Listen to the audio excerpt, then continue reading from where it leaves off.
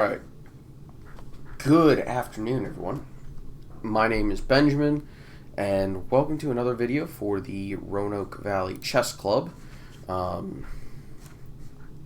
Today we're going to be looking at the next tournament on the list, or the next event on the list, and this is London 1851, which is kind of the next World Championship type event that at least I count as a World Championship type event, right? Now, some of these games are really bad, and if I had to look at them, y'all are going to have to look at them. Now, this was a really weird event. Now, this is the first international tournament, and really the first major tournament ever played. Now, it was intended to feature the best players in the world, and only the best players in the world. So, you've got quite a few notable players here. You've got Adolf Anderson, you've got Howard Staunton, you got Bernard Horwitz, Johann Lowenthal, and a player who was at least well regarded at the time, Joseph Shen, or Zhen. You've also got Henry Bird, but Bird's a little bit. And the truth is, the two strongest players in the tournament,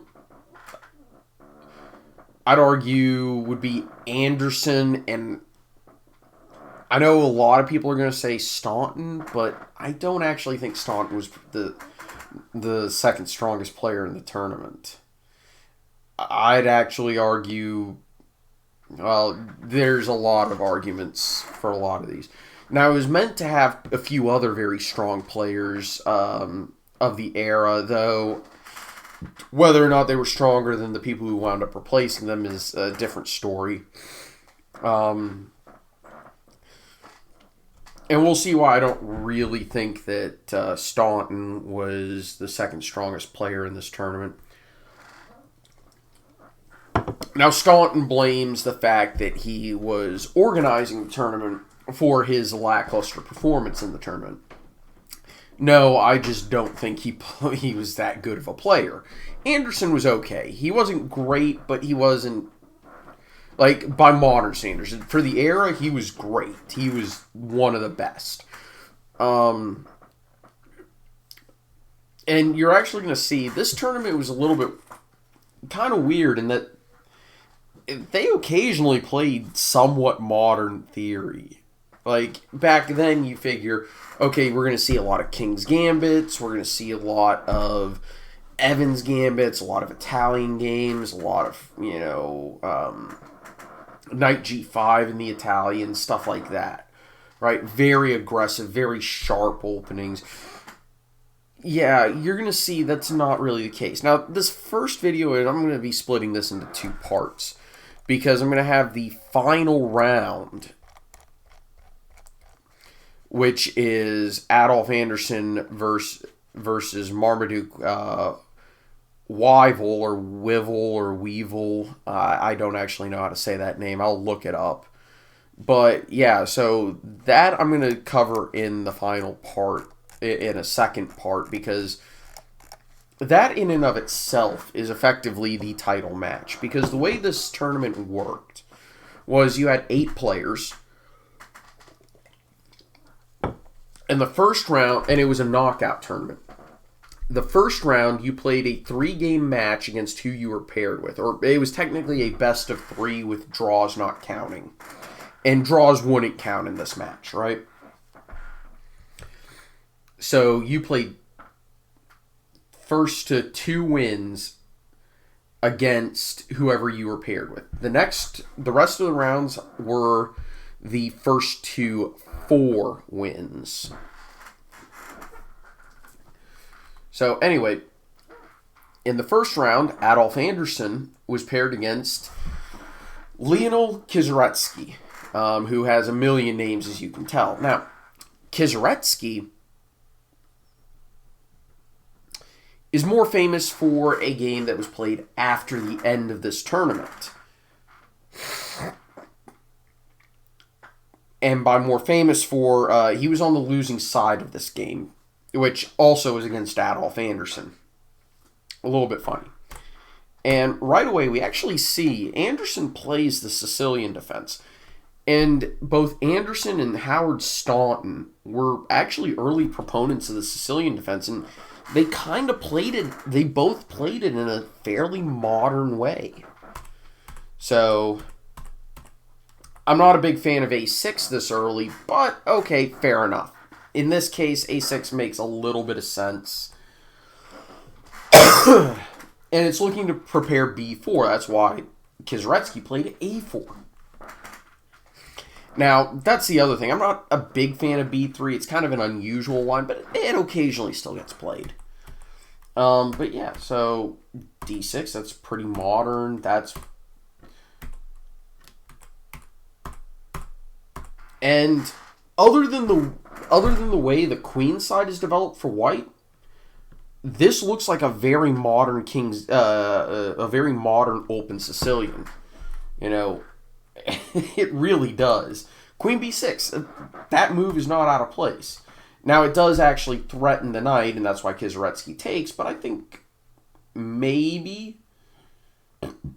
Kieseritzky should have invested a little bit of time at looking at, say, knight d5, a pretty standard option, but it's not actually good. And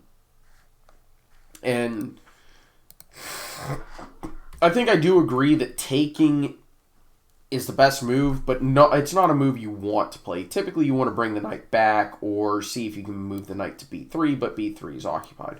Because you don't want to strengthen black center and make d5 a better break. But if you're going to move it to f3, you kind of want f4 to have been played. But with queen b6, that's not really an option. So you take it, and a5. And again, I could see a modern grandmaster with black's position here. I don't think I could see a modern grandmaster with white's position, but there's only a few tweaks that you need to make in order to make it a position that I could see a modern player having. Basically, this pawn back on b2 and the bishop on e3. And that would basically be all you need to change for this to be a very modern-looking position. f4. That is very logical, and it makes a ton of sense in the open Sicilian. I like it. Knight e8. I actually don't like knight e8. Personally, I would consider d5 here, or maybe e5 to make d5 better, right? So I'd consider e5, and it looks like e5 is actually a good move. And knight e8 isn't all that great. But bishop d3, again, I like this move. You know, both players are actually playing pretty well. Again, I think, bishop b2, this queenside fianchetto is a little bit funky, but I think there's actually play here for both sides. I think it actually winds up being a pretty good move. f5. It's a little bit of a weird break. Again, I think e5 is a good break, but f5 isn't terrible. E takes f5, that's correct. E takes f5, again, that's correct. Queen h5, can't argue, that's a good place for it, and the knight goes back to f6. So that was actually the reason why Anderson played knight e8, and I understand why he did it. I just kind of disagree with the plan, but it's hard to argue. The pawn on f5 controls e4, which is a good square. It also controls d4. You might want to put a knight there at some point. Queen h3. Rook f3. I'm not so sure I agree with rook f3. I'd be looking at trying to get the other rook active, so rook a1 makes sense to me. That's probably the best move. No, actually, that's weird. Maybe king h1, that makes a ton of sense to me. What is the best move in the position? Oh, it wants the queen to move. Okay, engine's crazy. Rook f3, I don't necessarily agree with that. Queen a7 check, now that's a good one. King goes there. Rook g3 to play rook h5. Sorry, rook h6. Yeah, or rook e6. Either one's actually good. And then Kizaretsky just blunders mate in 1. Yeah, Kizaretsky is not that good. Like, if you look at his games, he played suspicious.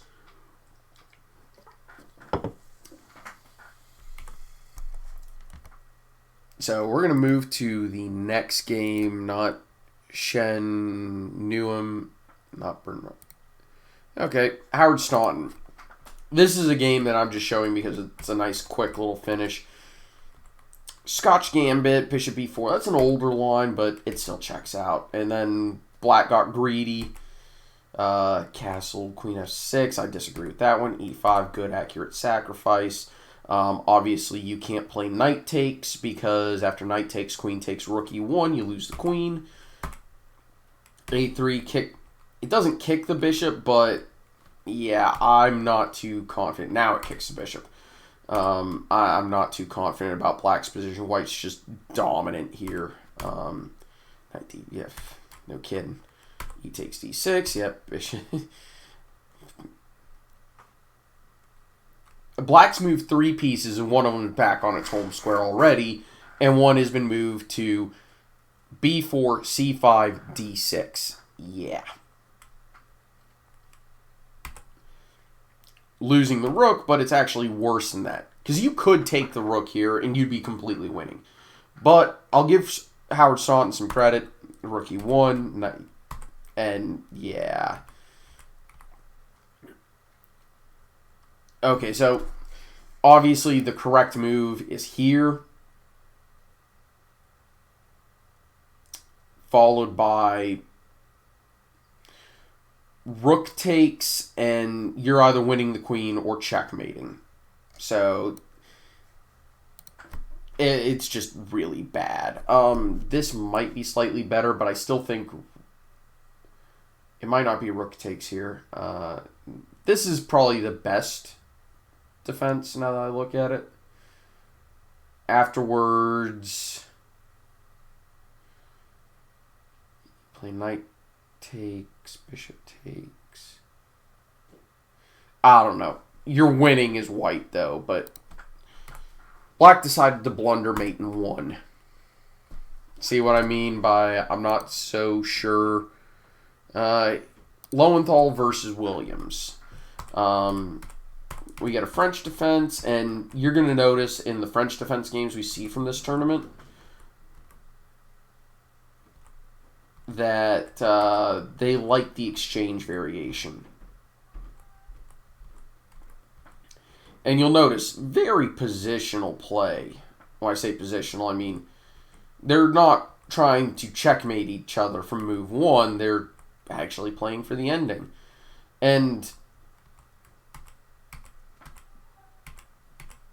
yeah, White just blundered, and Lowenthal, who is actually a good player, wound up just being down a piece for no compensation and eventually lost. See what I mean? Even the good players would do stuff like that. Here's another good one. Queen's pawn games actually get played, but again, b3. That said, c4 here isn't bad. Like, it's just a weird, funky position.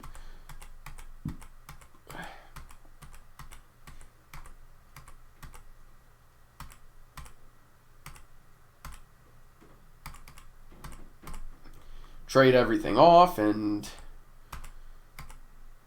I think White's definitely in a better position here. I'm shocked they didn't go for, like, whatever. But yeah, White's just... I think White's got a good position here. I mean, looking at this, White's doing all right. And I don't know why the isolated pawn wasn't taken, but whatever. And you transpose to an ending, and you'll notice, compared to the Labordine match, ending play is better. So we've seen some development at the top level. They're getting better. And that said, Watch this. This is actually really impressive. Because if the king takes, you promote the e-pawn. But the e-pawn promotes anyway. And obviously, white's completely won. Alright. The next Anderson Kizaretsky. Oops. So, it's the 1800s. We were going to see a King's Gambit in this tournament. And hilariously, this is the variation that bears Kizaretsky's name. This is the Kizaretsky Gambit.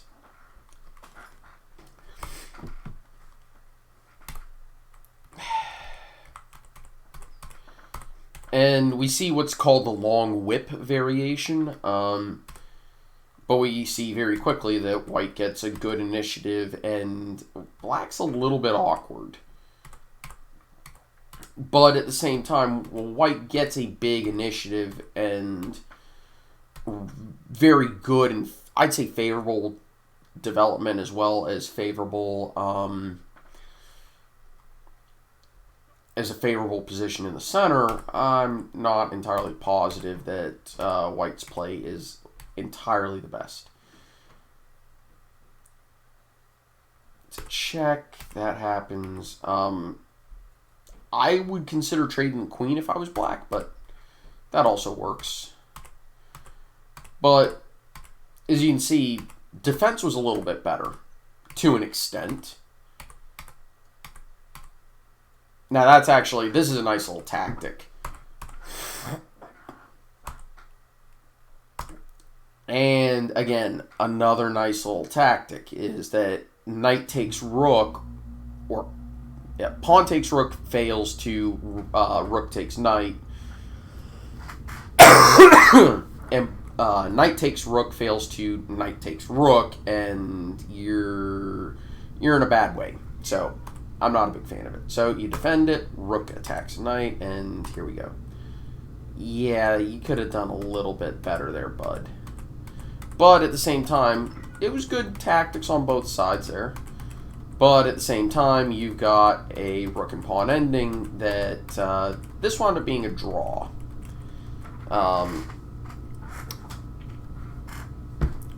Okay. Then we move on to the next game, which is Newham versus Shen, or Gen, I think it's Shen. Another French defense. And like I said, you notice they like to play the exchange. It goes straight into an ending. I think they even play, maybe not this part, but I think sometimes you get those endings pretty quick in the modern day. Actually, I'd say both sides are doing okay in this one. Black has a little bit more space, and black has a 2 bishops, so I'm slightly more favorable to black. I'm not entirely sure 2 bishops versus 2 knights, and I wouldn't have traded knights here, but who cares? And then not trading the rooks, I don't understand that one. You're just conceding the e-file.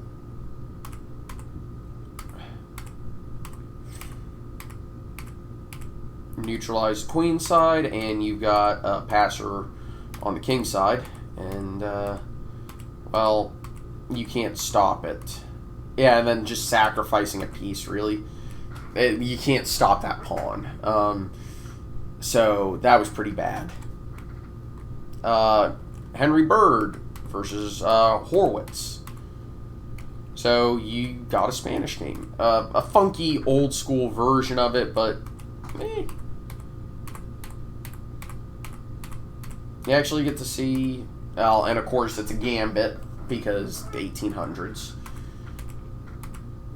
But white actually gets mostly what he wants out of it.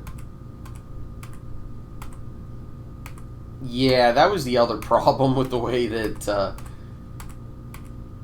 this one was played, is Horwitz kind of just allowed himself to get destroyed.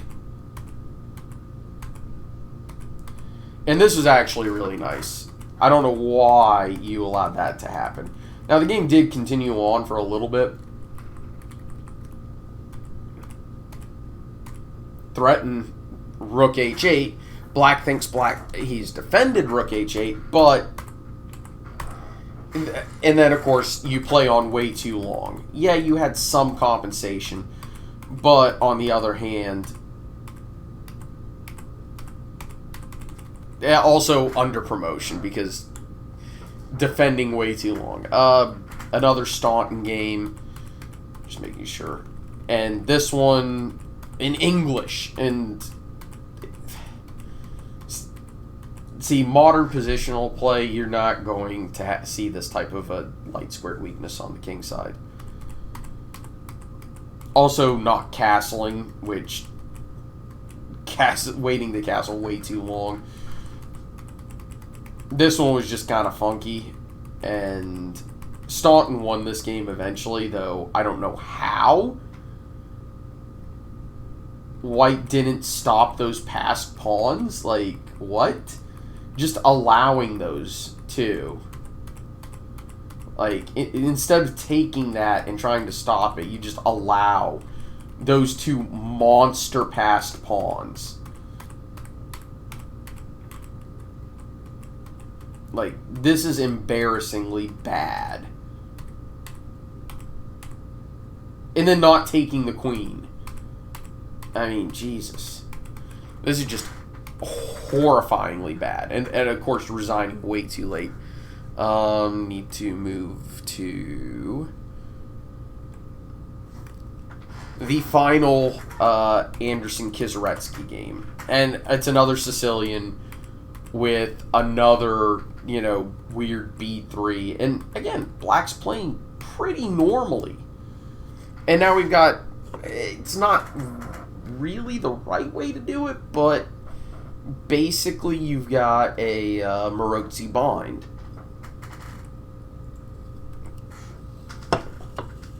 Again, just move the knight to f3, and okay, you don't have to... Yeah, your knight's on a better square, and your bishop's defended. So, again, minor improvements, right? f4, pretty normal. e5, take it. I would have considered knight f5 here, but okay, fine, whatever.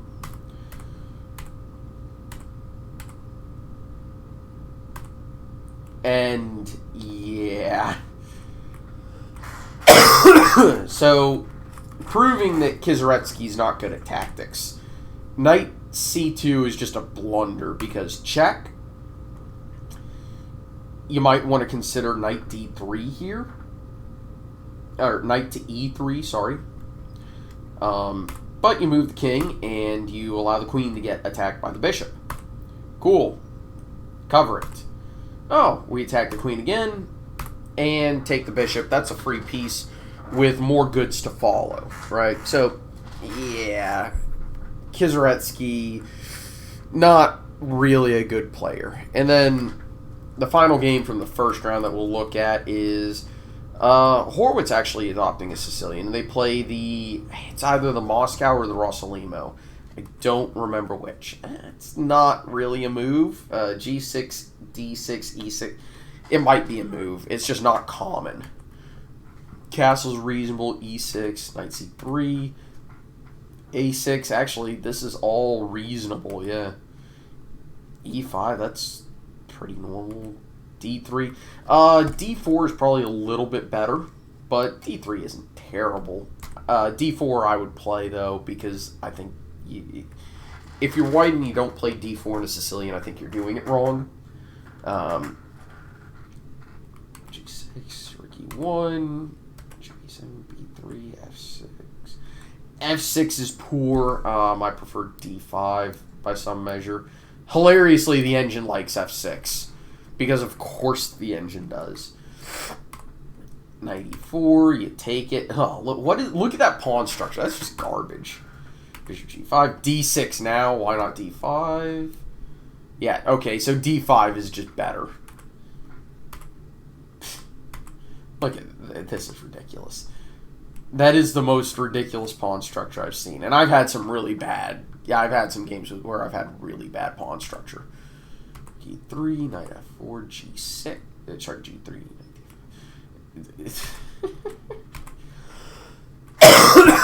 And the knight goes to... I think that was the queen knight. This is stupid. Of course, you play e4, you realize that...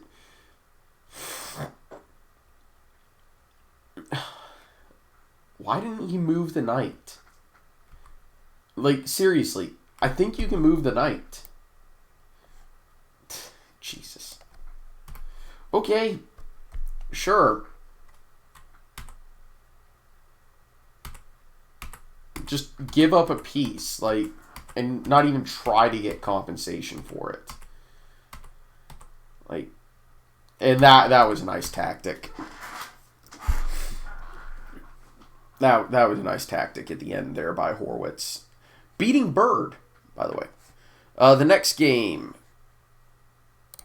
go to Anderson versus Shen. And it's a French defense. And, yeah, we're going to see this played a lot. Isolated queen pawn. Let's see how Anderson plays it. I think more modern play might favor rook here, but rook a to e1 isn't bad. Knight e5, I mean. And then you get rid of white's structural weakness because reasons, as well as giving up bishop for knight.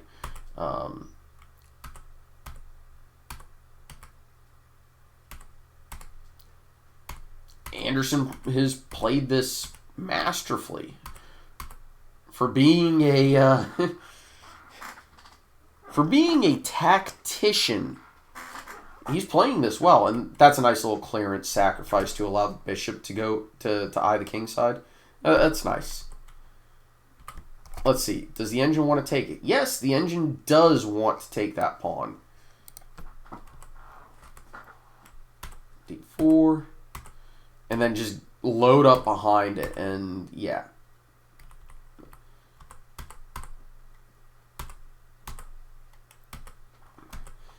Anderson's playing this very well.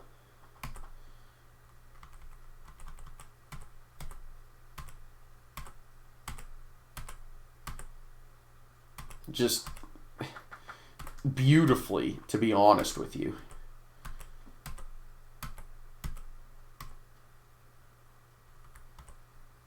That's just a blunder. Okay, let's see if Anderson played this correctly. Or, okay, it doesn't like queen h8.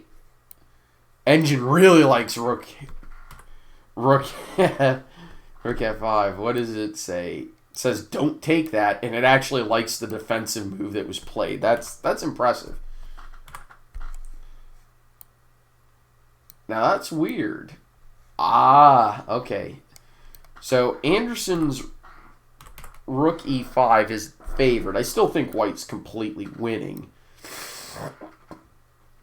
And Anderson's tactic might be a little bit prettier than just taking the pawn.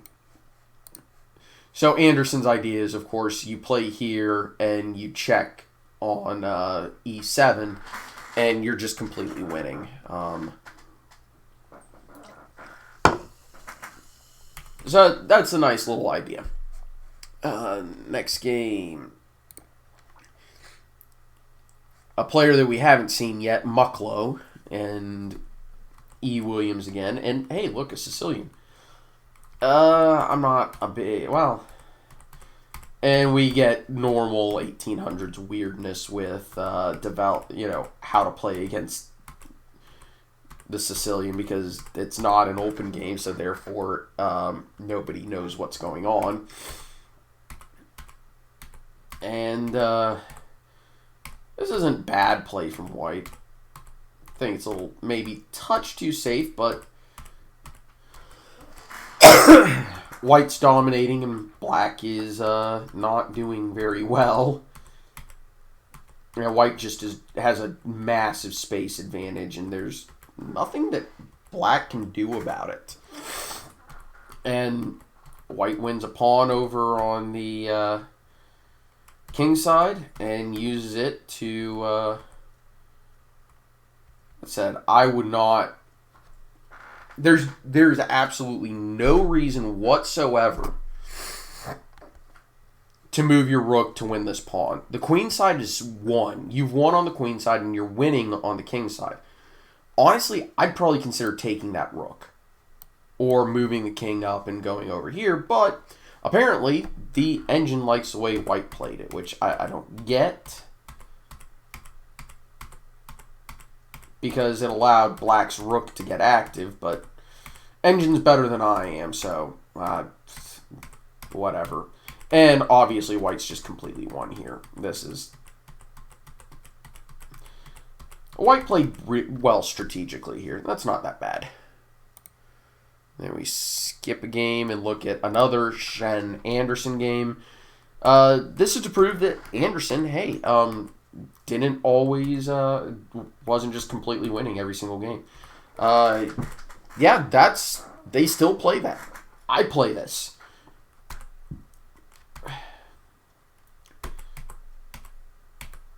Not so sure. I think preferred is actually here, but knight c3 is playable. I think the idea is you're going to move your knight into the game this way. I just don't want to block the c pawn in case I want to play like c4, then knight c3, stuff like that. But it's not bad. I think a more modern take might be to just take, play pawn takes here, but queen takes isn't garbage.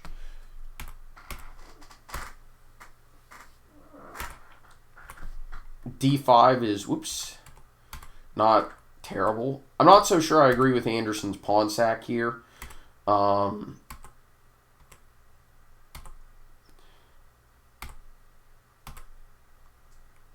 Like,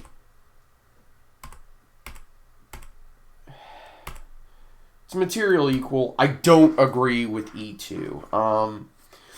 There's a lot of things I would have played before E2. Taking on F2, for example, or maybe bishop takes on B4, something like that. You got to think about king safety, man. And yeah, exactly. My gut instinct to play bishop takes here proves correct. E2 apparently isn't terrible, I guess. Engine's beyond me. I'm assuming bishop takes B4, yeah, rook E2. I disagree with F6. Come on, man. What's wrong with castles? I don't understand the motivation behind F6. I guess it's to defend the pawn, but I'd rather castle. Because, yeah, F6 allowed that. Rook F8, and, yeah, black's just completely lost.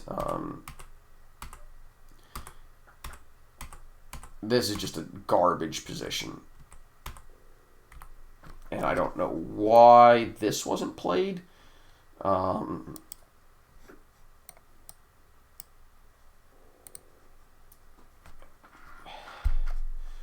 Because I think after...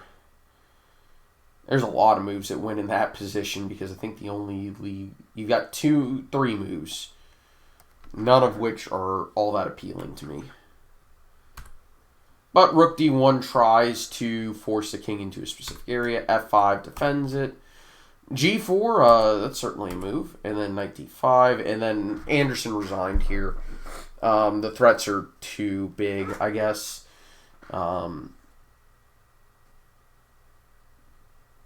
Proving that defense is not really a skill set. If we move to this one. Oopsies.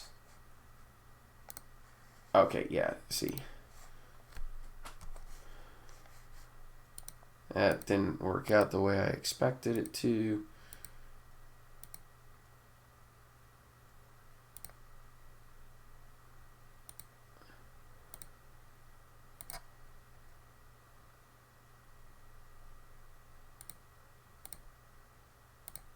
Then we move on to...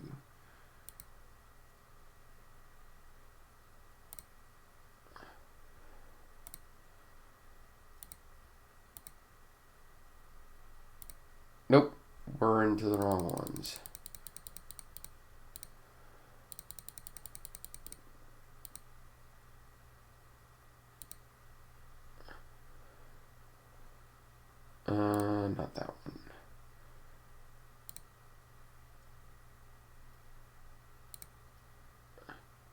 Not this one.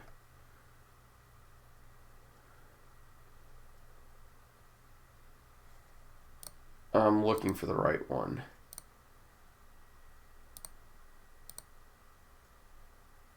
Here we go. This one. And proving that, again, Anderson's playing in a, I think 97 to G6 is a little bit funky, but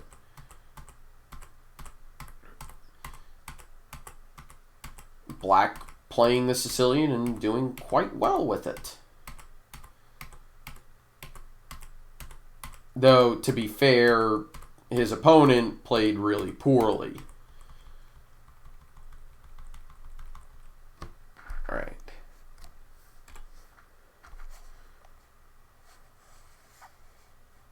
So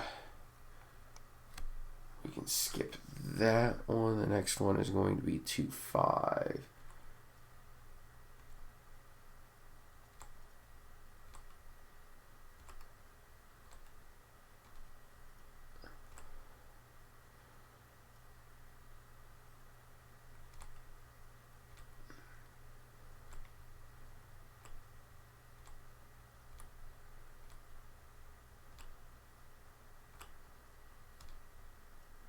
Okay.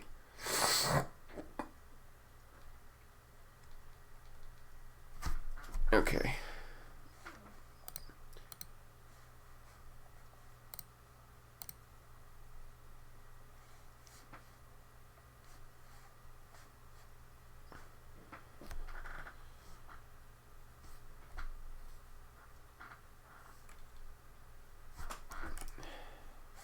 Let me make sure I've got this set correctly. No. Okay. What I'm going to do is I'm going to exit out of that one. That way I can bring it back up again. There we go. We're going to add the notation. And then pull this back up and window capture. There we go. Yes. Okay. That's the correct one. There we go. We go back to here, and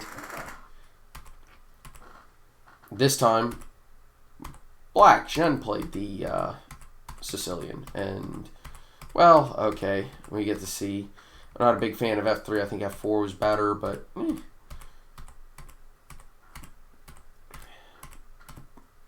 and we got to see en passant.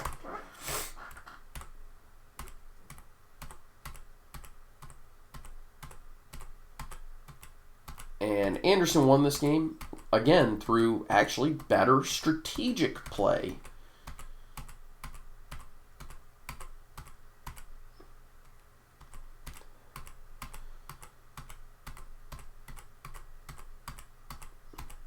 Proving that it's not all about tactics, but we had a nice little tactical finish here. And then if I scroll down on this one,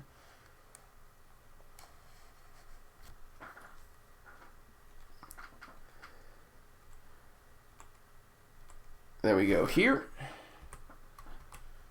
And we're going to see the person who eventually took second in the tournament.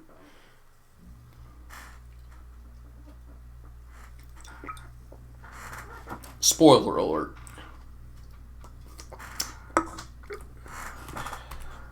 And it's another Sicilian, and this time it's an accelerated dragon.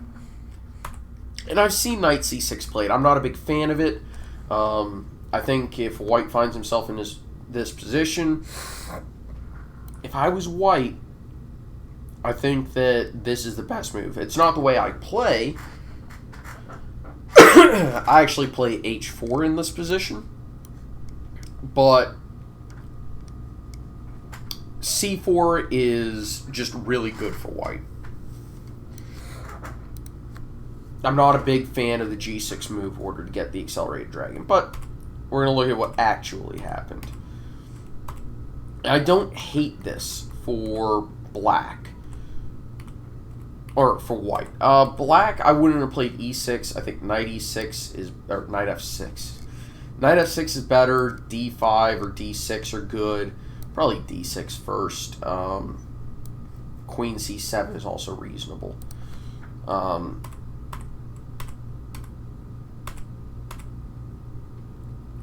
Okay, so this is kind of a little clever tactic. Basically, you take the bishop, you lose the game, so. Queen d4 check, that's pretty good. Bishop e6, and we do that to defend our bishop from the pawn. And then, yeah, this gets a little bit funky. Just sacrificing. Again, 1800, that makes a little bit of sense. No reason to move the rook. But sure, we'll do it.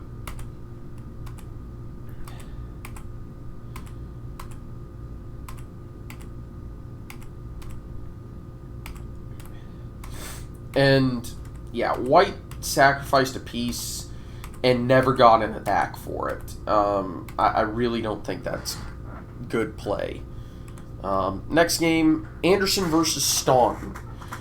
Now, this would have been considered the battle of, two of the good players of the era. Staunton, another advocate of the Sicilian, another early advocate of the Sicilian. And then we transpose to an e6 Sicilian, and yeah, this is a position that I would not be surprised. Bishop a7 I disagree with. I like d6, I like knight f6, I like knight c6, I like queen c7. Bishop a7 is okay, especially if you're going to play like b5 first or something like that.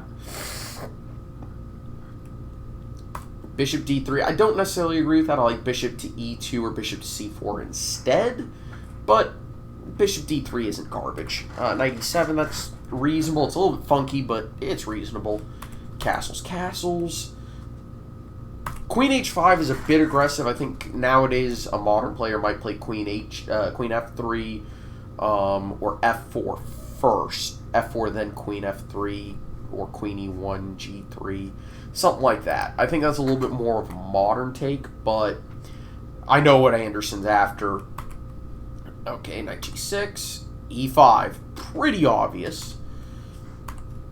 Rook there. I think the plan is if queen takes e5, what is the idea after queen e5? Because you can't play knight e5. I want to say the idea after queen e5 is that you're going to play like bishop g5. But I think that's a bit too brazen. Might be the plan. We don't get to see, though. f4, pretty obvious. Knight e4. Again, I think the idea is reasonably obvious. Take that one. Just absolutely take it. Yeah, g4, why not? Get the king off of the diagonal. That's a good move. c4 I'm not a big fan of, but what else is black doing? I'm actually surprised that Anderson's not playing f5 here, but sure, okay. It's pretty reasonable. I like white's position. White has a good position. White's attacking. Black sacks the exchange, which I disagree with. I don't think it helps, but hey, that bishop's okay. Move the rook, take that, and then, yeah, okay. Staunton's just getting crushed. Yeah, that's pretty bad. Ooh, that's, yeah. No more checks. No more checks. No more checks. Yeah, and Staunton just got crushed there. Anderson got a good position. He never let go. Next game. And by the way, this is the semifinals, and we see a lot of Sicilians in this one. Again, I'm not sure I agree with the queenside fianchetto, but... So, that's a little bit weird, but the idea is if you take the bishop, checkmate.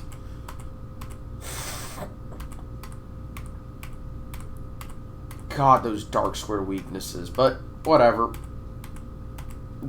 those things weren't as appreciated.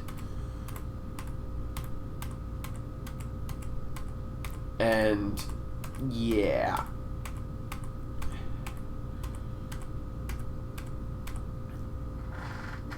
Pretty clearly, Black just got outclassed in that game. And then another Staunton-Anderson game. And we get a pretty modern take on the Italian game in the Juco piano. I'm not sure I agree with B4, but I think I maybe have actually seen that played. I think this is still a modern theory position. Yeah, this is probably... I'm pretty sure if you put this position in and look for modern Grandmaster games, you'd see something played after 2010. I'm not sure I agree with B4, but I'd castle. Yeah, and 97 I think is just a positional blunder, but then again, I'm not sure I disagree with how it's been played, because at the end of the day, that G-file is going to be nice, especially if White Castle's short. D5 is good, I like it. Queen D6. Okay, come on, Anderson. Play King H8 if you're going to move the king. Like, what? What even is that? Like, come on. Ugh. Like, he's not losing material doing it, but come on, Anderson. There you go. Move the king off that file. And then, of course, you take the square that's for your rook and put the knight there. Really? Yeah.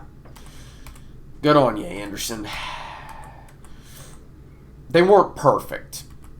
And then Anderson just is like sitting there, and Staunton cannot seem to figure out how to try to break through, whereas Anderson just is developing a good position. And now his king is incredibly safe.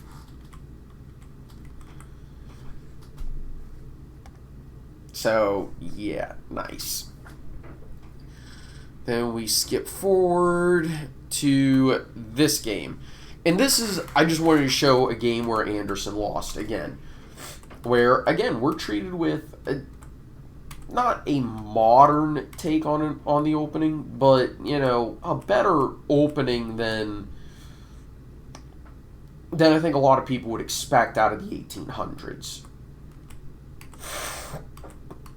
But again, I think this winds up being a case where the reality is Black got a really good position here, and I think is just crushing White. Like, this is brutal. Like, and then we get an Alekine's gun even. Like, knight G4 blocks it up, H5. Like, okay, so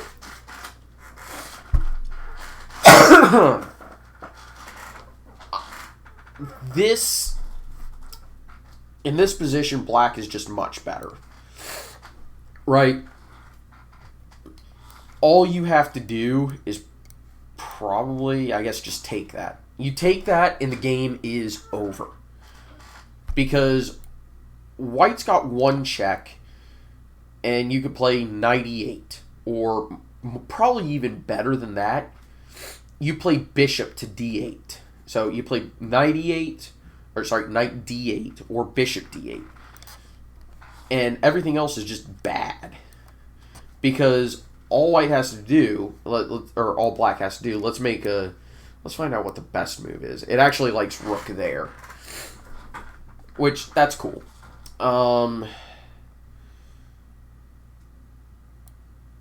Yeah. And that forces...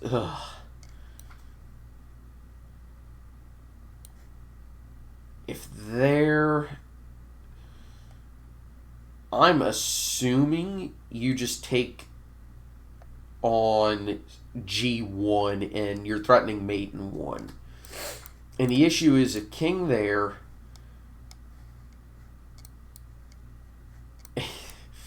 engine doesn't know what's better. Rook g4, and that's mate.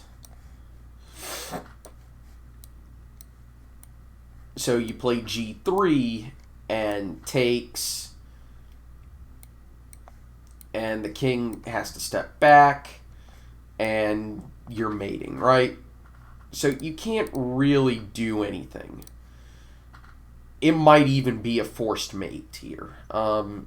Because if rook c2 defends and you're still getting this thrown at you, yeah, it's bad. Instead, Anderson played the absolute blunder of king f7, which is mate in 1. Thank you. No, we're not going to save the changes.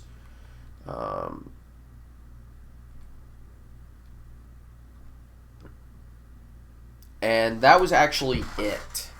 So, the final match it wound up being 6 rounds between Adolf Anderson and Marmaduke Wyvil.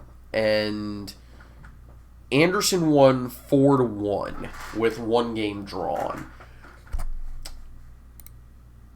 And we'll look at that match in a part 2, because this video has gone on long enough, and hey, I might actually be able to cover all the games of that match, but I want to give a little bit more in depth on that one in particular.